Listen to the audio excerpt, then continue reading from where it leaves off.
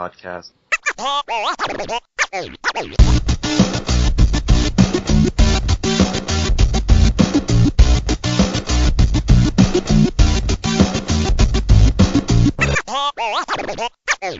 Hadouken! Hey guys, welcome to episode 5 of PvP. As always, I'm Cal, and that delicious popsicle over there is Dan. He had a voice that could make a wolverine purr. Hello. First off, let's start with some news. It was leaked, rumoured this week, that all of Microsoft's employees would be given a free limited edition white Xbox One, complete with every first-party launch game, a year's free Xbox Live, and a special achievement. The limited edition console also bears the engravement, "I made this." To be fair, that's pretty sweet. If you work for what if you don't like Microsoft, though? I imagine you probably won't work for them. Well, not necessarily. Like I've worked for companies when I didn't like the company, but if they says, here's some free stuff, I'd be like, well, I don't really use it, so thanks, but... That's what the stuff is. If it's Anthrax, then I'm probably not going to want it, but if it's a limited... Yeah, if you work at the grenade factory... In all honesty, regardless whether if you work for Microsoft and for some reason you're not a very big fan of Microsoft, you've got a limited edition white Xbox One, every first party launch game, a year's free live, and obviously this is a limited edition white Xbox One. If you don't like them, you could sell that and make yourselves a bit... Yeah, true. It doesn't really bode well for Microsoft though, considering they've moaned on about the fact that they've had to keep the price high because of all the special components and blah blah blah that have been built into the console. Yeah. And then they just go, we've got like 5,000 employees that have developed the Xbox. Fuck it, give them all a special one that no one else can buy, as well as a year's free subscription in every game that's going to come out. What the fuck? What not so much annoys me, but what gets me the most is that when you see the picture of it, I actually think it looks a lot better in white. It does. It actually does. So, as a consumer, I'm a bit miffed that I can't go and buy this white Xbox One.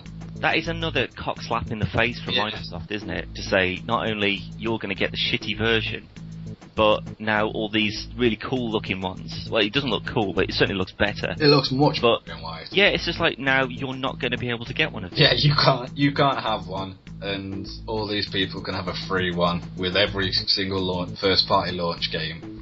Years live, and even a special achievement when you're connected to the internet. Yeah, so eyes on eBay, everybody. Yeah, keep your eyes peeled for a white Xbox One.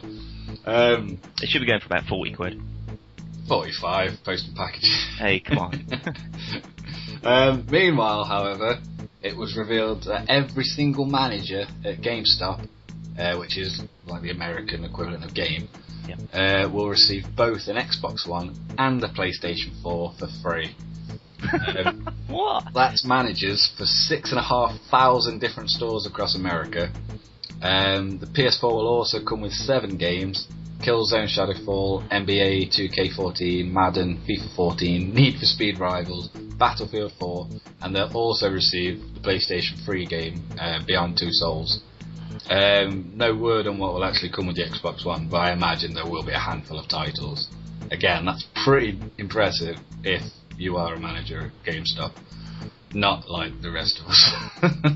Yeah, I don't know, I think I'd be slightly more... I mean, it's nice that they're sort of doing the promotion side of it, but I think I'd be a little bit more like, wow, that's really good going, actually. If they just had, like 6,000 of each one, that they just sort of, like, raffled off and just sort of said, we'll just do, like, a lottery. Not in this sort of Facebook sense, share a picture and blah, blah, blah. I hate that. Yeah, you actually go into the shop and say you buy a game.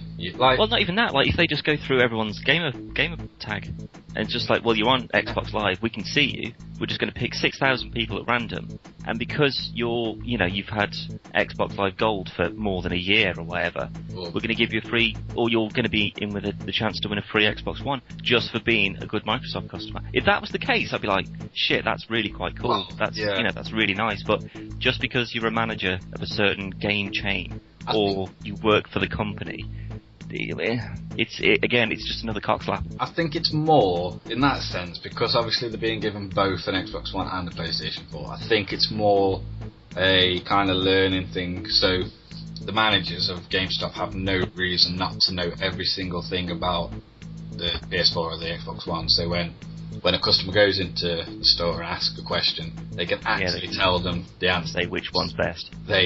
Not necessarily which one's best, but... It will be in their opinion, though, because, I mean, if they are the manager of the store, they will be displaying the store as they see fit. The sale's a sale, I suppose.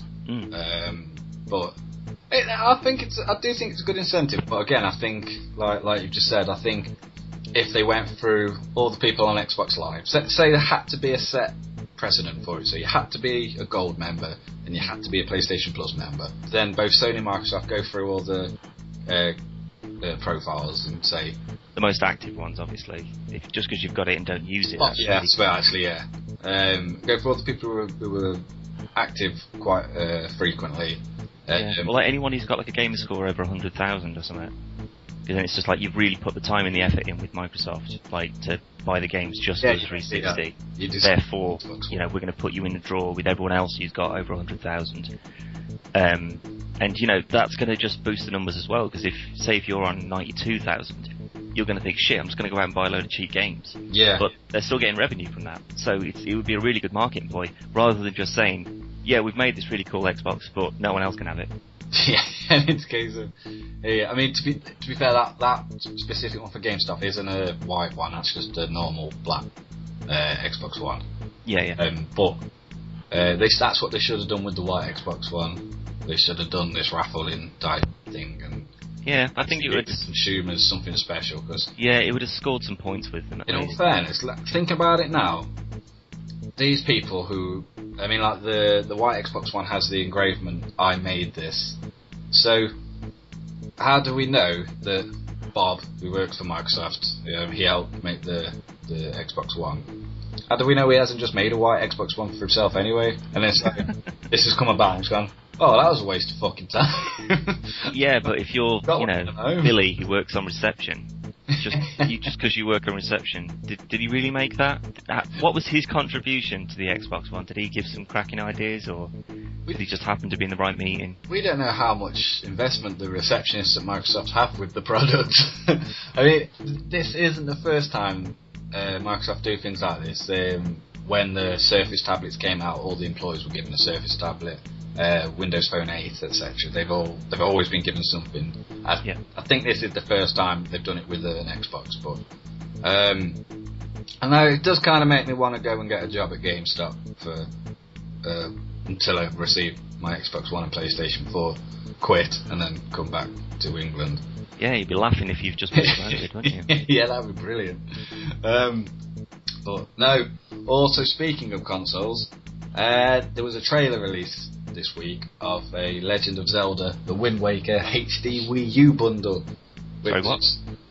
Exactly, it's just a stupidly long title. Yeah. So I'm going to shorten it. Wind Waker HD bundle. Can I just call it New Zelda? Yeah, New Zelda bundle. Yeah. With where you get a Wii U. It's not. It hasn't actually been confirmed.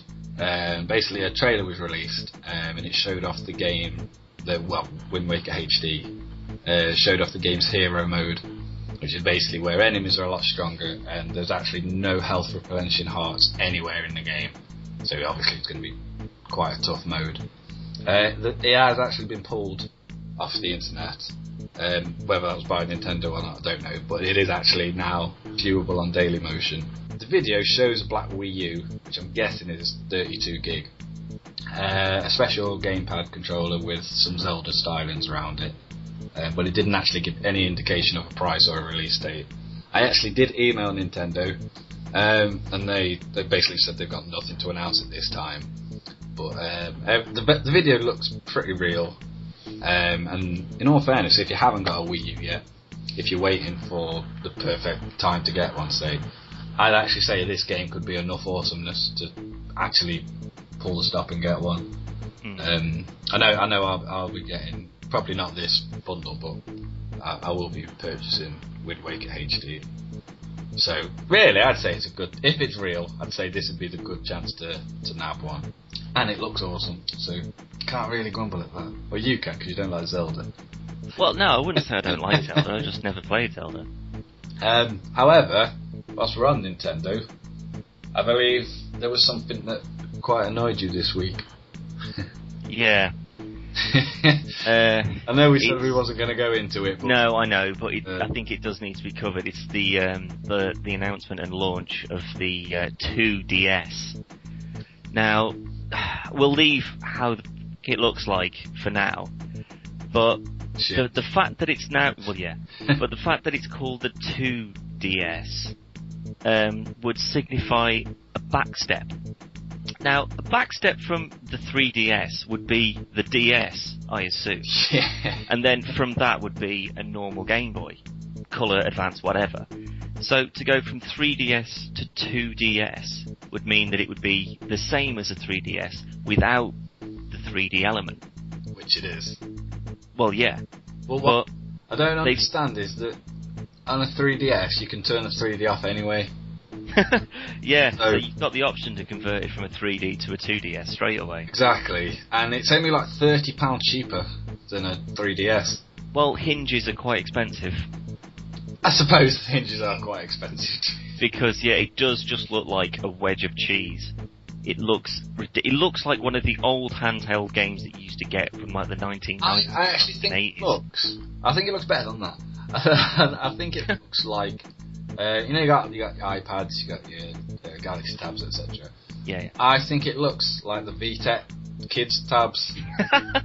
It looks like someone got an iPad and then rolled it up like like a tube of toothpaste or something, and like it's all sort of blocked up at one end and all flat at the other. It doesn't look like it makes any sense.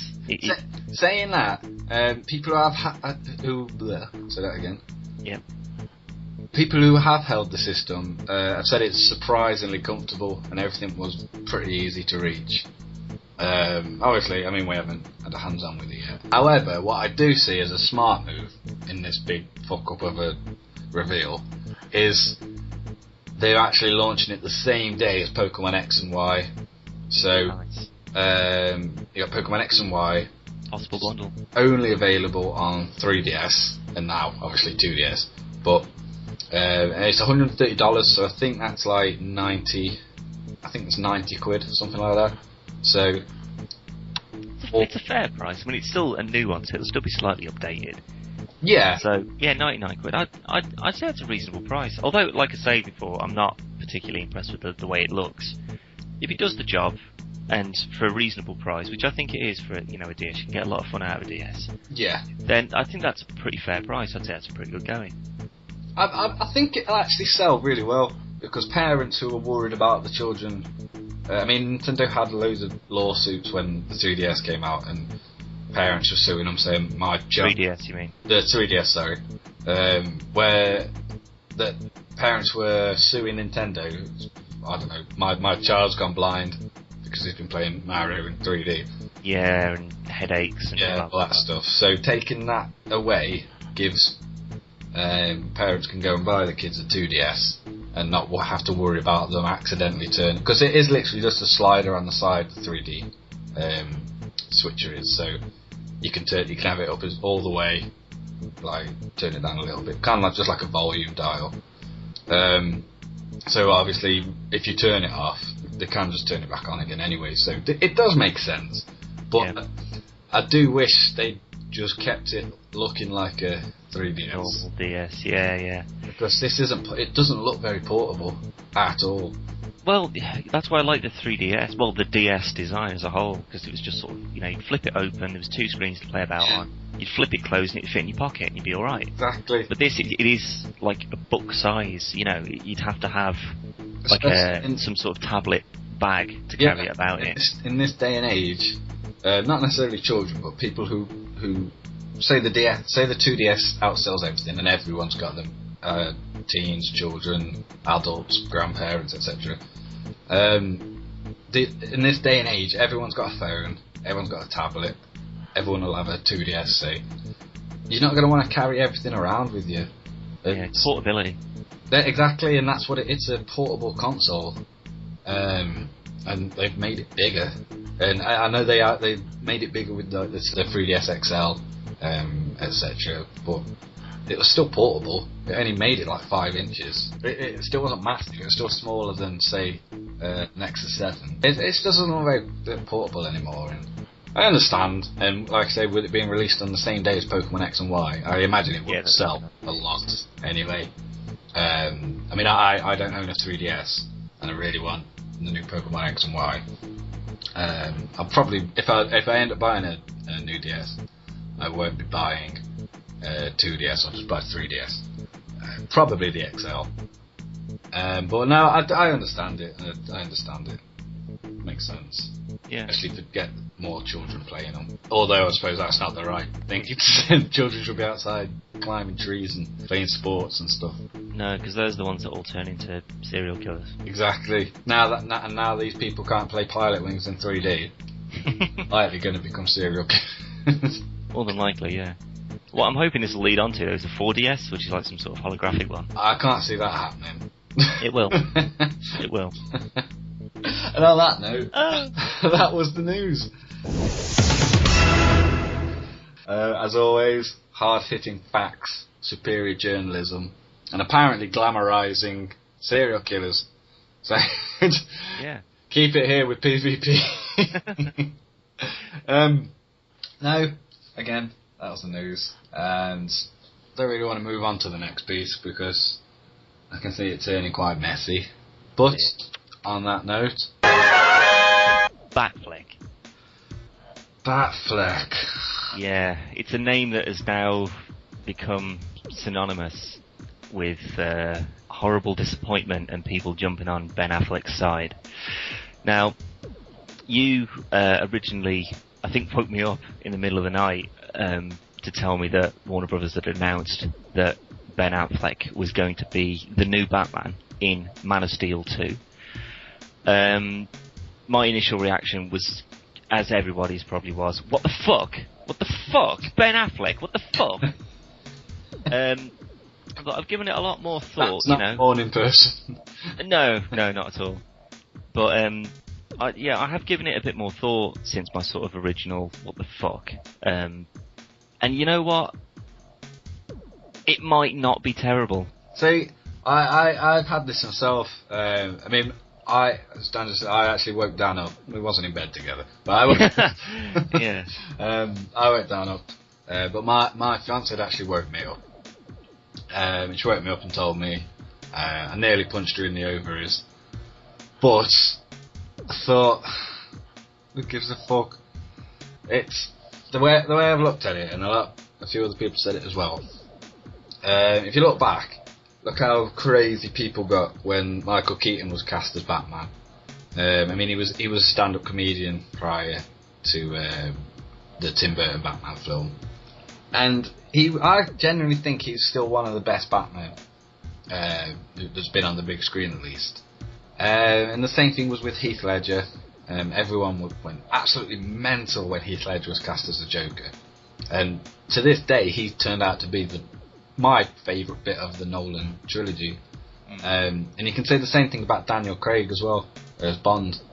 True, but I mean, if you look at these actors and then the previous work they've done, then it's sort of like, well, you know, I can understand why they were chosen. Then when you see them made up as them, like, you know, the first time you see Heath Ledger as the Joker, or the first time you see Daniel Craig as Bond, they look amazing. But Ben Affleck hasn't got the best track record. That's why people are kicking off about it. Well, I mean, if there's anyone you're going to cast as, you know, sort of a broody philanthropist who then goes out on the night and batters all of Gotham's underscum, Ben Affleck, really?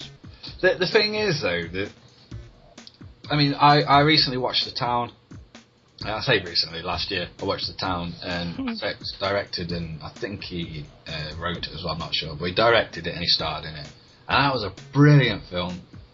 And what's annoying me the most is, I mean, obviously we can say all this, and other people can say what they want, but we're not going to know until it comes out. He's going to be bad. He's not going to be as bad as Clooney, so he's not going to be the worst Batman. But a lot of the things people are saying is he can't be Batman. Look what he did to Daredevil. But what exactly did he do to Daredevil? It was still his portrayal of the character, though. Yeah, it's still the director who's responsible for the outcome of the film, the script and everything. All Affleck did was read the lines and did what he was told. Yeah. It's not his fault it was a bad film. It's the director's fault that it was poorly directed and it was poorly wrote. Yeah. So Nobody can hold Daredevil against him. And I'll be honest, he wasn't my first choice. He wasn't any of my choices, to be honest. But I think he could pull it off, if I'm honest. If it's done well, I mean, I think I already know the answer to this, but it is Zack Snyder who's doing Man of Steel 2, isn't it? Yeah. And I mean, he's sort of... I can see it working, but it sort of does answer the question, though. Will Batman be overshadowing Superman? No, because he's not imposing enough of a character. I think he's not, unless super buff. Over the next, because it's 2015, it's rumored to be released. So they're going to be filming for another year or so at least. So if he gets super buff and Dead's sort of dark and broody, he's not exactly tiny now. No, but he's not ripped, is he? He's got a lot bigger. Yeah, but bulk isn't muscle. No, just because you're fat, he's... Yeah, I know, but just because you're a bit built, it's not... If you look at Chris Bale, like, how he looked, that's how you'd expect Bruce Wayne to look. You put a suit on him, and it's a lot more disguised, but you put the bat suit on him, and it's just like, holy shit, he's a tank. And I don't see that when I think Ben Affleck. But, however, obviously, if you look at things like, I've mentioned it before, Tom Hardy, if you look at some of the films that Tom Hardy did before he got into things like Warrior and Bronson and then Bane, obviously, he was tiny compared to that. But, he bulked up and he looked amazing when he did it. Well, I think Christian Bale was in The Fighter, and he's just thin as a rake in The Fighter. Well, American Psycho as well. Yeah, that was quite a long time ago. But... Yeah, but I mean, it just goes to show that, it doesn't take a huge amount of work to proper bulk up. Hugh Jackman. Look, if you watch X-Men 1 and then watch The Wolverine, you can see the difference. It's ridiculous. Yeah. But what is actually really interesting is once Affleck, he's been signed on for more films after Man of Steel 2, whether that's the next solo Batman film or Justice League, whatever. But what is really quite interesting in a fashion is once he's been in Man of Steel 2, he will be the first big screen actor, to play both Batman and Superman. What? Yes. Yeah. Ben Affleck was in a film called Hollywoodland, and he played a guy called George Reeves. It's a true story, and George Reeves played Superman in a TV show, and the film basically follows this George Reeves on his downward cycle, and he eventually kills himself. But Ben Affleck actually dons Superman's suit in it. Oh. So he's not actually Superman, but he plays... someone who's playing Superman. Yeah. I don't think that counts somehow. Of course it does. No, it doesn't. Of course it does. Yeah, I'm... What I want to do is, ideally, I want to underhype the whole thing. And if I go in expecting it to be terrible, and it's amazing, I'll be blown away, and, I'll be more than happy to go and pay to see it. But if I go in and think, they'll sort it out, and they'll make it really good, and then it's shit, then I'll be like, oh god, what a waste of money, what a waste of time and effort. What was the point? Just keep it as a second Man of Steel film. The fuck. So I think if he's in it, but not for long, I think with my sort of initial kind of concerns about it, I think it could still be fine. I think it could be fine. I'll tell you now exactly how it's going to go down. The date today is the 31st of August. The time is 17:15, which, if you're not familiar with 24-hour clock, 5:15. And I'll tell you now that when Man of Steel 2 comes out, the story will be Batman as kind of like the anti-villain. He's like kind of like the bad guy, but he's not. He's obviously a good guy. Superman trying to stop him. Lex Luthor doing some evil bastard thing. And then the last half of the film will be Superman and Batman teaming up to defeat Lex Luthor. Yeah, that sounds about right. Yeah. What I did see earlier, though, earlier in the week, was sort of like a fan-made... I hate any kind of fan-made trailer. No, this is brilliant. Absolutely fucking hate them. They wind me up. Mainly for the fact that I'm trying to find the real one. And someone just pieces together 1 billion films that this person has been in, and then throws some photoshopped graphics in, and it just winds me up. But I did see earlier in the week a fan-made trailer of someone who'd put, I can't remember what his name is now, the guy who plays Walter White in Breaking Bad. Yes. They'd had him as Lex Luthor, and I was like, that fan film trailer though was brilliant. Yeah, I was like, wow, that's really quite a good idea. Even though he looks like super like Max Payne. Yeah, it didn't really look very Lex Luthor-y, but no. On a whole, if the actual film was anywhere near as good as that fan-made trailer, that was brilliant. Honest to God, brilliant. I suppose if you showed it to someone who wasn't as up to date with things, that they might actually think that was a real trailer. It was that good. And it used bits from like Ben Affleck's previous films. The woman who plays Lois Lane in Man of Steel, I don't actually know her name, but used a lot of her old films and stuff like that. And I actually used some footage from an internet company called Bat in the Sun, who they did their own Batman things, as well as other superheroes. All the Batman bits were from the Bat in the Sun. And it was just absolutely brilliant, and the voiceover on it, and they actually had, I can't remember what the music was now behind it, but it was so good. I was really impressed with it, I really, really was. And like I say, if the finished article is anything as good as that, then I'll be very, very pleasantly surprised. Yeah. Well, the first thing that we'll start to see are sort of movie posters of Ben Affleck as Bruce Wayne, Ben Affleck as Batman, Superman and Batman together, probably in some sort of fighting montage or something like that, fighting pose. Yeah. Whoever's going to be playing Lex Luthor in some sort of sinister, White House kind of thing. So I want to sort of reserve full judgment, really, for when I see these kind of first pictures. Because, I didn't know who Daniel Craig was when they launched him as Bond. And then I saw like the first Layer Cake, and that was actually it. He was in a film called Layer Cake. Yeah. That's literally the only film I'd seen him in. Well, I don't know if I'd seen him in anything without realising it. But when I saw him, like when he was all sort of like silhouetted out, and you just sort of see his face and a gun, it looked really cool, and I thought, wow. But if the film can sort of just capture what you can see in a picture like that, then yeah, I'll be quite looking forward to it. But I think I'm more looking forward to ripping on it than I think I will be more disappointed if it's really good, rather than just go, I knew he shouldn't have been Batman. It was a fucking terrible choice. I was right. This is my, well, not silver lining, but the way I'm looking at it is, I don't think he's going to be as good as Bale, but I don't think he's going to be worse than Clooney. So he's going to be at least alright. Because disregarding any of the voice actors, Kevin Conroy, I'd say probably from top to bottom, I'd probably say Bale, Keaton, Val Kilmer, West, and then I probably wouldn't even include Clooney. Yeah, the thing is though, if you look at sort of George Clooney's filmography, it's pretty quite impressive, like some of the stuff he's done, compared to someone like Ben Affleck, I'd say, anyway. So for him to take the cowl and then the whole thing to just get fucked so badly is quite surprising. But I think it would be on the same sort of level of surprise if Ben Affleck took the cowl and it was really, really good. Yeah. Everyone would just be like, wow, okay, didn't see that coming. So I think I am looking forward to it, but it would, again, to be...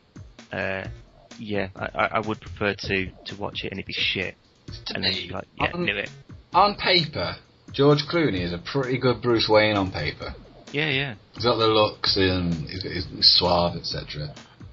But I never saw... I was reasonably young when Batman and Robin came out, but even then, I didn't see him as Batman.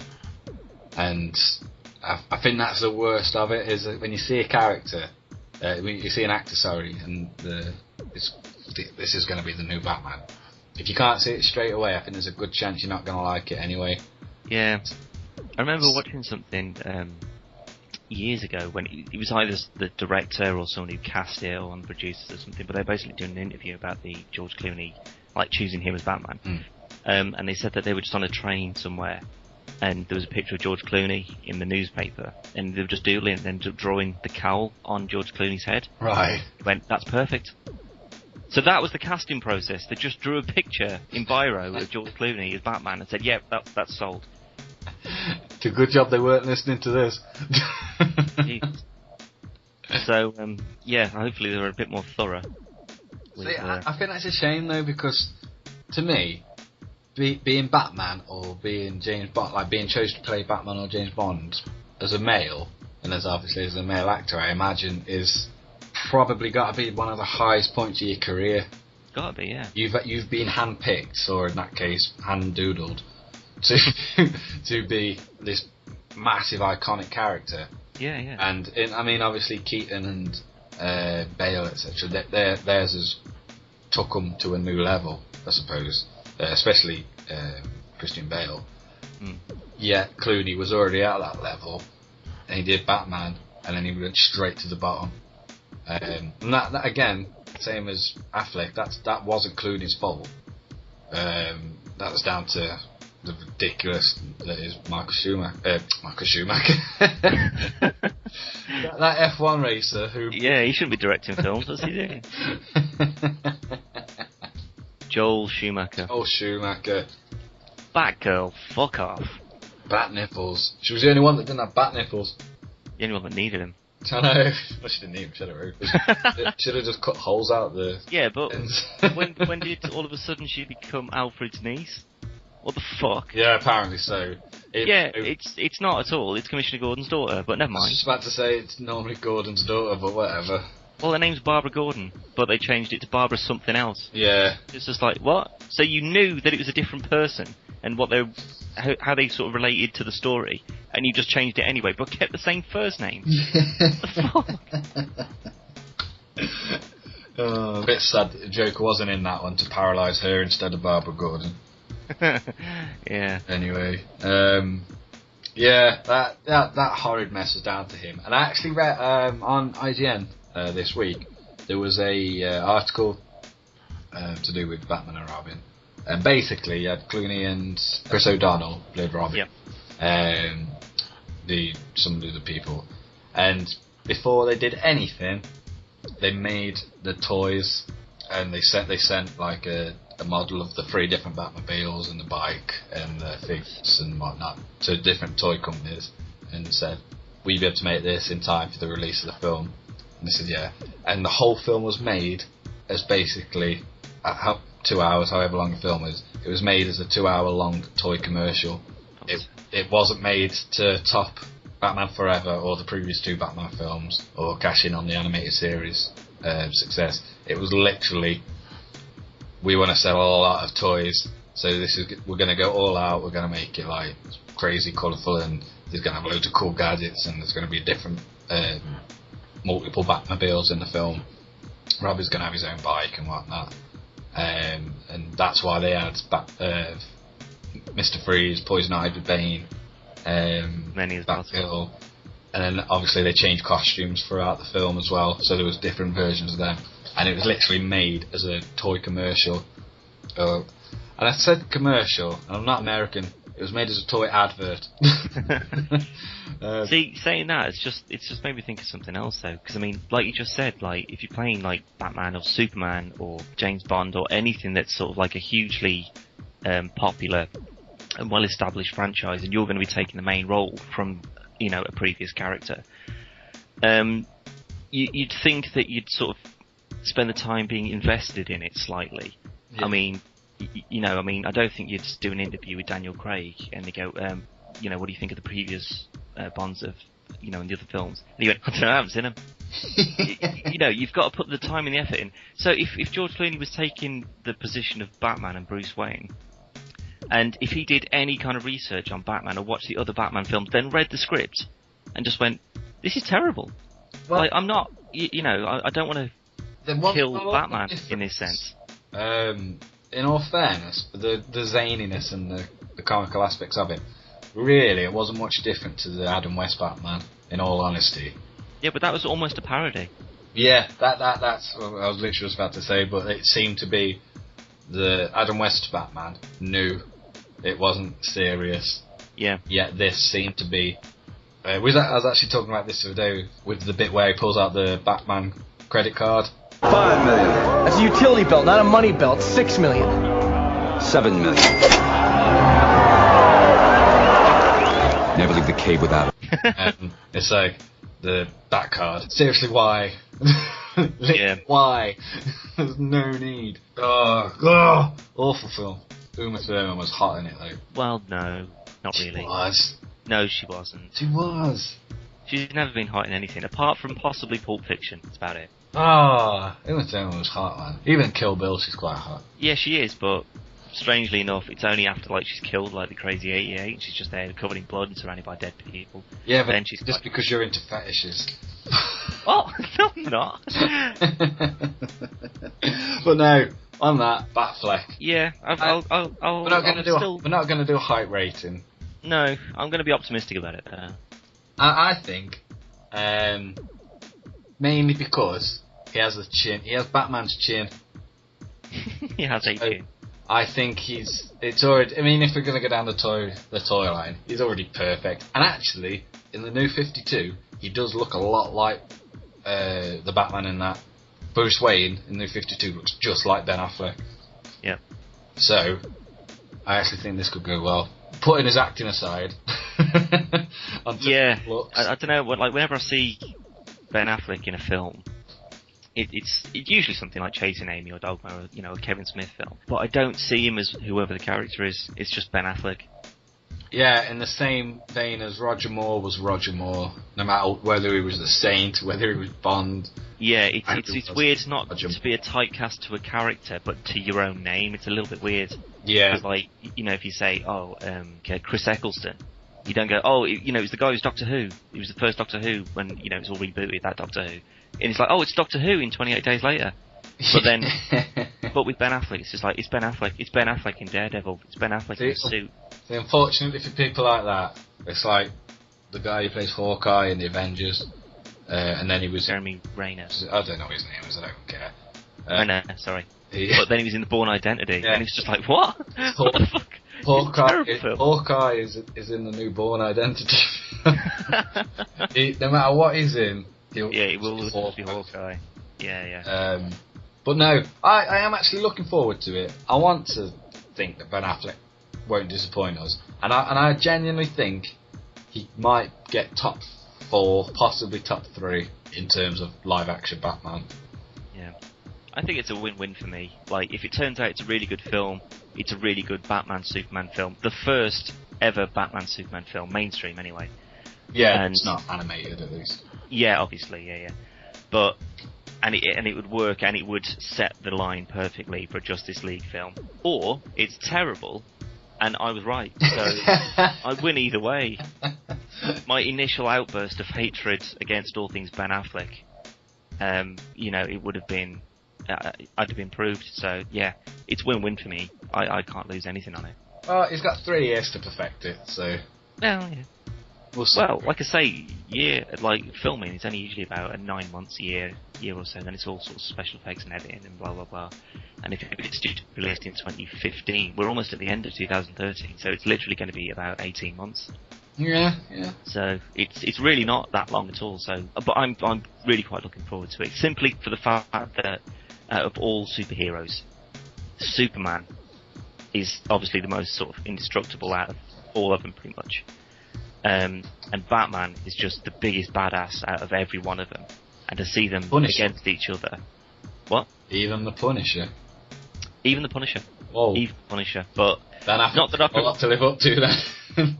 Yeah, but I mean, not that I prefer him to him, obviously, because I mean, the Punisher, he breaks Batman's rule.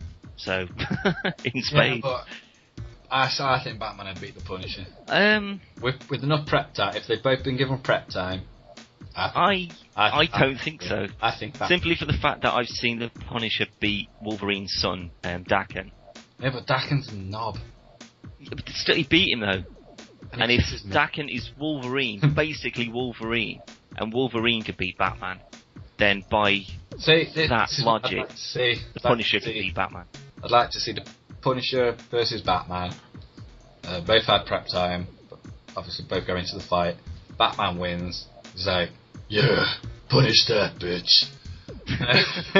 And then when he's like all dead happy with himself, Wolverine just jumps down, slice and dice, which is Deadpool's phrase, but Deadpool then jumps in.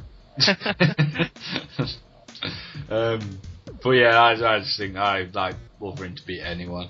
So Yeah. no matter who it is. Well, although the Punisher did actually beat Wolverine and everybody else in Punisher kills the Marvel Universe, so we'll just sidestep that, shall we? Reversing onto that, in Deadpool kills the universe, Marvel Universe, Deadpool kills Punisher very, very easily. And Daken does actually kill Punisher in Frankencastle, and then Wolverine goes to batter him when he is Frankencastle. But to be fair, that is just a normal man against two people who can't die. Yeah. So, Batfleck, I'm looking forward to it, but optimistic at the same time as being a bit nervous. But we've got like I said, we've got like 18 months and whatever to. Well, if it all goes wrong, then they won't do it again until they've got a really good story with a really good guy to play Batman. I think if it goes wrong, I think that'll be the last thing we hear of Justice League. Do you reckon? Especially with you got the Avengers 2 coming out. You got Marvel's Rise of the Guardians coming up very soon. And I think if Man of Steel didn't do all that well, and true, but you could still write those off as they were just individual. It was just Zack Snyder's vision of Superman. Depending on how well Man of Steel goes, will be the kind of the decider for Justice League. So, see that they've already fucked themselves there. Then, yeah. Because, I mean, if you think about it, when it comes to the Justice League, the only people that anyone would want to watch a standalone film of are Batman and Superman, maybe Wonder Woman. No, at a push. not Wonder Woman. They've already done Green Lantern. Green Lantern bombed. It was just a pants film. But who does that leave? Aquaman. No one would want to watch a film about that. It's just Aquaman. Fuck him. No one cares. Martian Manhunter. Yeah, possibly. I mean, he was sort of very briefly sort of popped up in Smallville, and he was quite interested in that. So to sort of watch that magnified and kind of blown up on a bigger scale would be all right. Then there's people like Zatanna. Don't really care. It's a magician, fuck it, magic, screw it, no one cares. So, your two main guys that people are going to be wanting to watch, all of them, they're going to be able to put up with all of them on the screen at the same time, are going to be Batman and Superman. And if you fuck up a new Superman, and Christian Bale's not going to do Batman, then it's not going to happen. No one's going to be interested in it at all. I really don't know.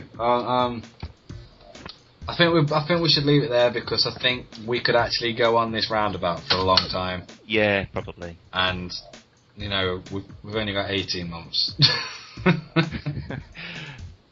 So no, I know we said we wouldn't, but I'm going to give it a hype rating of. That's pretty fair, actually. I'll probably give it a. That would about cover it because it's just like I'm not committing to anything yet. I still sticking with what I said before. It's win-win for me. So, Man of Steel 2 is a double win for Dan because it's either shit, and I can just go on about how terrible Ben Affleck is and how right I was to curse his name at the very mention of Batman. I think I even my status on Facebook was pretty good, and that was literally first thing in the morning, just after you told me that. I said to myself, I actually went on Facebook. I mean, I don't go on Facebook very often because I find it boring. But I went on Facebook and I said to you that that's like the best reason to ever go on Facebook after reading your status. And I said to myself after I read it, and I stopped laughing, I need Dan to say that quote when we do a podcast on Batfleck. So Dan, do you want to tell everyone what you said? I did. Bear in mind, this was like first thing in the morning, after I'd just been woken up to this horrific news. And I said, Ben Affleck, Batman, the only time these words should be together is Ben Affleck just got kicked in the cock by Batman.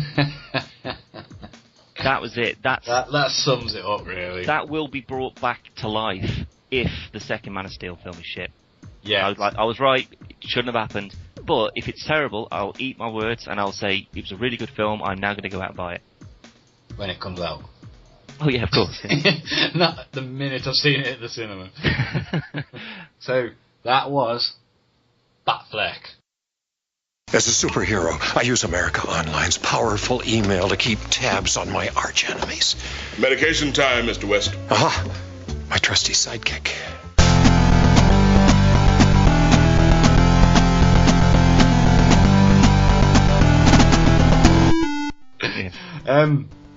So, a little bit like last week's episode, but we haven't got questions this time. However, we're just going to ask one question.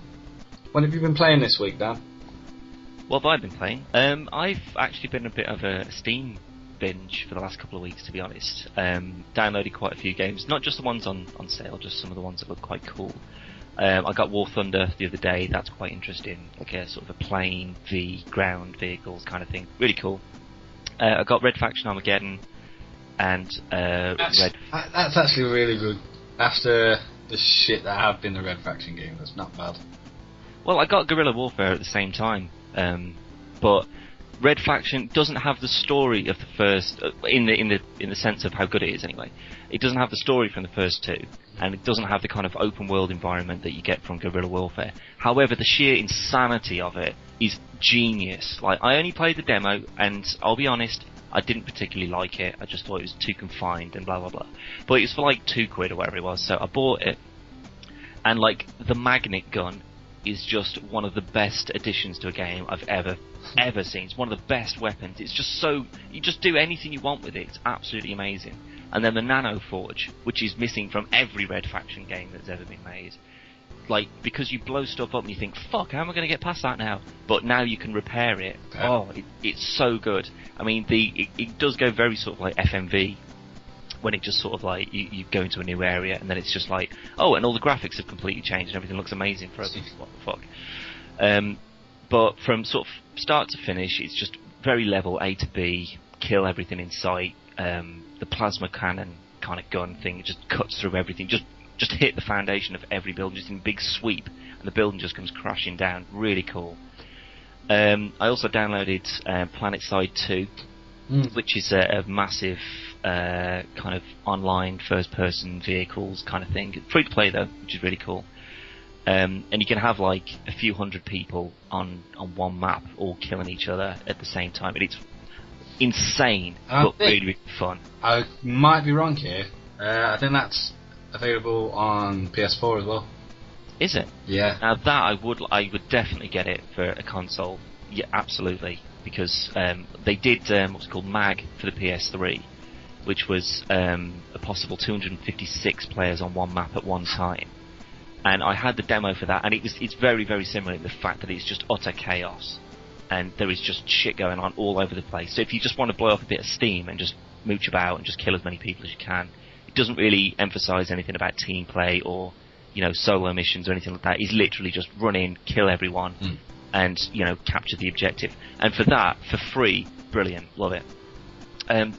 But the main one though, I got the Arma 3 beta, which you can get off Steam, which is about £30. I think it's about the same price now actually. It's still got about, I think it's about 17, 18 days before Arma 3 is released. But you buy the beta, you've got access to a few scenario missions, which basically shows off the vehicles, you know, flying the helicopters, driving around in jeeps and stuff, the combat, the command system, calling in support. Those are just from the, you know, the ones that the developers wanted to show to say, look, this is what you can do on this now. There's like underwater missions and stuff, really quite cool. But the main one is the multiplayer, and it's amazing. It's absolutely amazing. I mean, I've always been a Battlefield fan, over Call of Duty or anything like that, but for sort of like military shooters, it does remind me quite a lot of kind of like Operation Flashpoint. In the fact, oh, that's not good. No, it's fine for in the fact that it's. You've just cost the developers so many downloads. No, it's not in the sense of it's the same game. Operation Win Back. But it's very sort of, you know, it's not fast paced. There's just huge areas to cover before you get to anywhere near any action.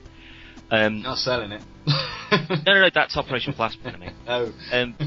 for Arma 3 though, there's all these kind of like multiplayer missions that people have made themselves, and some of them are like kind of like the DayZ mod that they made for Arma 2, which is still going to be a standalone game, hopefully soon.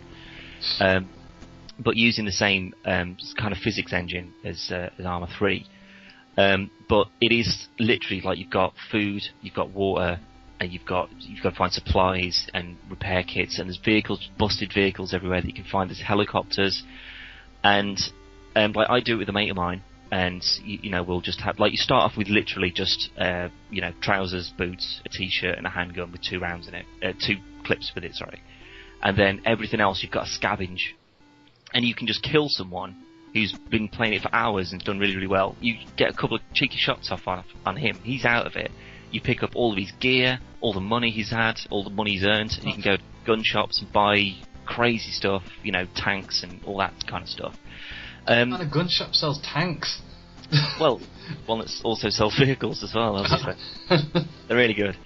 But for kind of like, just, because it's so easy to get killed, it's very frustrating when you first start playing it, because I'm used to sort of playing kind of Battlefield kind of thing, where the AI is a bit shitty and, you know, they're not particularly accurate. But on this, they don't have to be accurate. They can just clip you, and you're wounded, you start bleeding out, and you can't run, and you've got blood all over your screen. You've got to get a medic, because the first aid kits that you use kind of patch you up, but they don't take you to full health, so you need to get a medic. But if the medic's dead, you're pretty much fucked. And it's absolutely amazing. I won't be buying Battlefield 4, to be perfectly honest. I'm going to be sticking with this because it is just so much better. So this makes me, I mean, like I won't be playing it. My computer can barely run Solitaire. But I followed the DayZ when it was first announced and up to present really, and I followed a bit of the Arma 3 stuff, and it just looks so cool.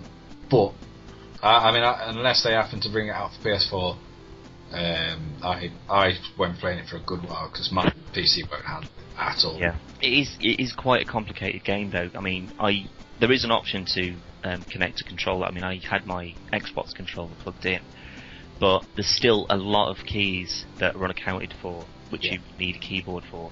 So I've given up on the controller now, and I have gone back to sort of using keyboard and mouse, which I don't really like doing for sort of first-person shooters. But for how many different controls there are, and like, you know, there's one button to like lie on the floor, and then there's another one to you press control and press another button, and it kind of just peeks you out a little bit. And there's so many different variations on all the commands. Well, and then one the of actual the command perks of system PC is gaming though is well, yeah, that's the thing. But I mean, much more functionality than on a console. Which is why I can't really see it getting transferred over to a console, but I would like it to be. I just don't think it would look as good, because it looks beautiful. Well, no, I think it'd look pretty damn good on PS4 and Xbox One, to be fair. Well, yeah. Obviously as good as the PC counterpart, but there's only going to be that short burst of where PS4 and Xbox One games do excel PC gaming, because whereas they're going to launch and they're going to look amazing, after a short while, graphics cards and whatnot are going to look better than the PS4 and the Xbox One. So, I mean the ultra settings on this are they're really high quality. I mean, it reduced my frame rate right down, so I can't actually play it in ultra. Your PC's finally not been able to do something. I know, yeah, it's quite annoying in a way, because it's just like, for fuck's sake. But I mean, to be fair, that's the trade-off you make. You buy a console, you buy a game, and you know it's going to work. I mean, we've said this before, where you might have to do a quick install, but that's it. You're done. You can play. PC gaming, that's the price you pay for the quality that you desire. And yeah, it'll work for one thing. It won't look as good on something else. And it's something I've never understood. Where you buy, I mean, I had Sam and Max on. I mean, I'm going back a good few years, when it like back in the point and click days. And say I went up the loss and grabbed that and lent it to you, you wouldn't be able to play it. No. And it's baffling, because I know there's drivers involved and stuff, but a lot of the stuff goes off the operating systems as well. Like some things that were for Windows 97 won't work on Windows 7. Well, there's certain things. I mean, you can under the profit is, I can't remember exactly how you do it now, but for certain games, because obviously you can only, like you say, you would need, sort of Windows 2000 or something to run it in. You can sort of make it run via the old settings, if that makes any sense. Yeah, kind of like reverting it. Exactly, yeah. You sort of downgrade that element of the PC, and then the game will work.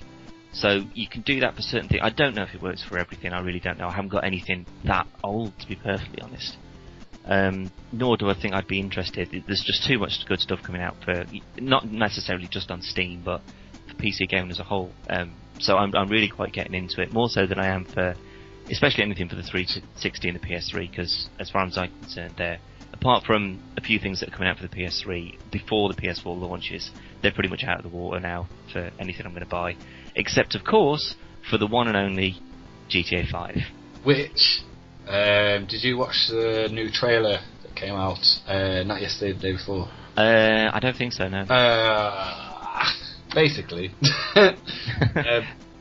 Rockstar released on the 29th, I believe, the last ever trailer before the game comes out. 17th of September. 17th of September. So it's what, 17 days away now, I think? Yep, near enough. Basically, it's like a minute long, and I'll be honest, this should have been the first trailer, because it didn't really show anything. It had a few things, like he had one of the guys running around, and he had a Gatling gun strapped on his back, and he was jumping out of an aeroplane at one stage, and it basically showed the game, and to me it felt like there was just one character. Even though it showed you all of them, it felt like there was just one character. Well, I'd assume they'd do kind of like they did before, and just have like a trailer for each one. No, this is the last one. Alright. They're not going to release any more trailers. I don't think it's going to do any damage, regardless. No, it's of not going to ruin anything. No, not at all. It's not going to de-hype anybody. I had an email saying there's a new GTA 5 trailer tomorrow at such and such time. Obviously, so we could cover it. But I was like, oh, I'm so excited. And then sat there and it was like 10 o'clock in America, I think, which worked out like 6 o'clock at night over here. And I waited for it, and I watched it, and it was like a minute and 10 seconds long or something. And I was disappointed, if I'm honest. It didn't show anything. I don't think it needs to after the last two, though. This is literally just sort of saying, don't forget GTA 5's coming out soon. Who's going to forget? My nan texted me asking when it. But no, it kind of a bit of not put me off at all, but I was. Well, if they've been releasing really, really good trailers and then one comes out that's not quite up to the same standard, you're going to go, oh, okay. Yeah, it's just a disappointment-ish moment, really. But no, I can think of 3 games I shall be getting before PS4. Beyond Two Souls. Yep, that's one of mine. PS3 exclusive. The obvious GTA 5. Yep, pre-ordered. Xbox 360 now. And Batman Arkham Origins. Yep. That's it. There is an offer on Steam at the moment where you can pre-order that for $29.99, which is definitely going to be cheaper than getting it for, sort of 35, 40 quid when that comes out. So if your PC can run it, it'd definitely be worth getting it for that, just for the offer that's on at the moment. It's also out on PS3 and 360. Oh no, of course, but I'll be getting it on the console. I won't be buying that on PC. I think. But one of the other ones that I will be getting is the new Rocksmith, which will come out in autumn. That's about it really this week. Not a lot happened this week, so we haven't had all that much goodness to podcast. However, next week we will have Rise of the Guardians. We'll have a bit more news on who's playing Ultron in the new Marvel movie. Yeah, and stuff. We'll also have our usual what we've been playing this week. I will actually play something through the week. Yes, some effort would be appreciated. So I'll actually put some effort in. As always, I've been Carl. That has been Dan. Goodbye. Goodbye indeed. And no catchphrase this week, people. No catchphrase. If we don't leave on a catchphrase, then I will say Aliens Colonial Marines is now £3 on Steam. Go and buy it. It's the best. I'll also say, don't buy it, it's a bag of wank. Yeah, that probably makes more sense. Yeah. See you later. Bye.